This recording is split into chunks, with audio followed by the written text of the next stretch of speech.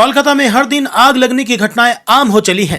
परसों तौपसिया में भीषण आग लगी थी, कल शाम न्यू अलीपुर में और आज यानी रविवार शाम को टालीगंज के रीजेंट कॉलोनी में ये घटना घटी। सूत्रों के अनुसार टालीगंज के रीजेंट कॉलोनी में शाम करीब 7:30 बजे एक मकान से अचानक आग की लपटें उठती हुई देखी गई।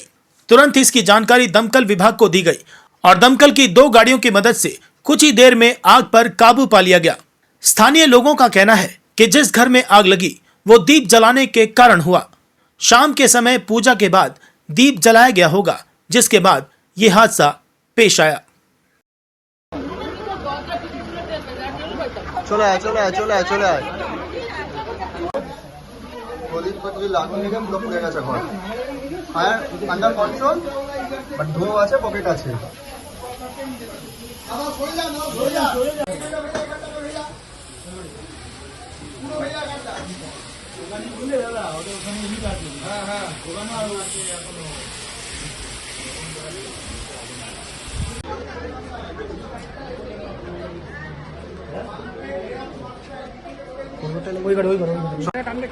আমি জানি সামনে চাও ধরবি ভালো আছে নেই, এখন আস্তে আস্তে ঠান্ডা হয়ে যাবে। কিছুক্ষণ সময় লাগবে, ও এমনি ঠান্ডা হয়ে যাবে। তাছাড়া আমরা আসি, আমরা এখনো দেখছি, দেখি যদি সেরকম কিছু মনে হয় আমরা আসি। কারণ অনেকক্ষণ আগুন জ্বললে দেয়ালের একটা যে টেম্পারেচার থাকে, সেই টেম্পারেচারের উপর যে জল পড়লে যেটা হয় সেই বাষ্পটাই উঠছে, সেটা কিছু না।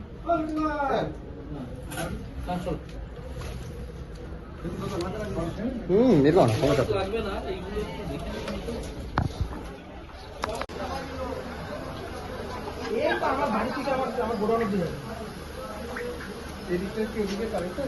হ্যাঁ, আমার পাড়ায় এই কপারটা ভালো করে ভিজিয়ে দিয়েছিস তো? হ্যাঁ স্যার, পুরো ভেজানো দিকটা।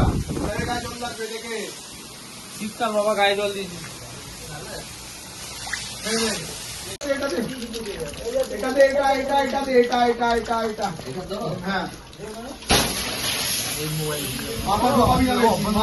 ঢোকাবি না।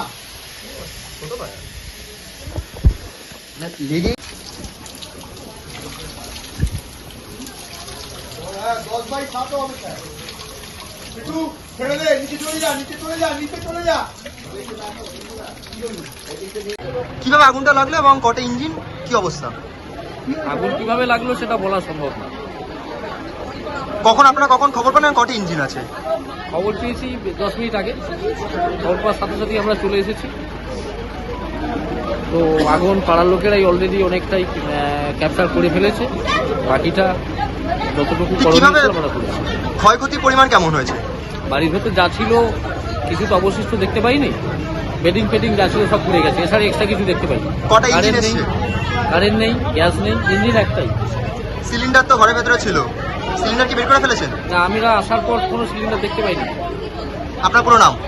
এম মোদি, মনোরঞ্জন মোদি, সাব অফিসার।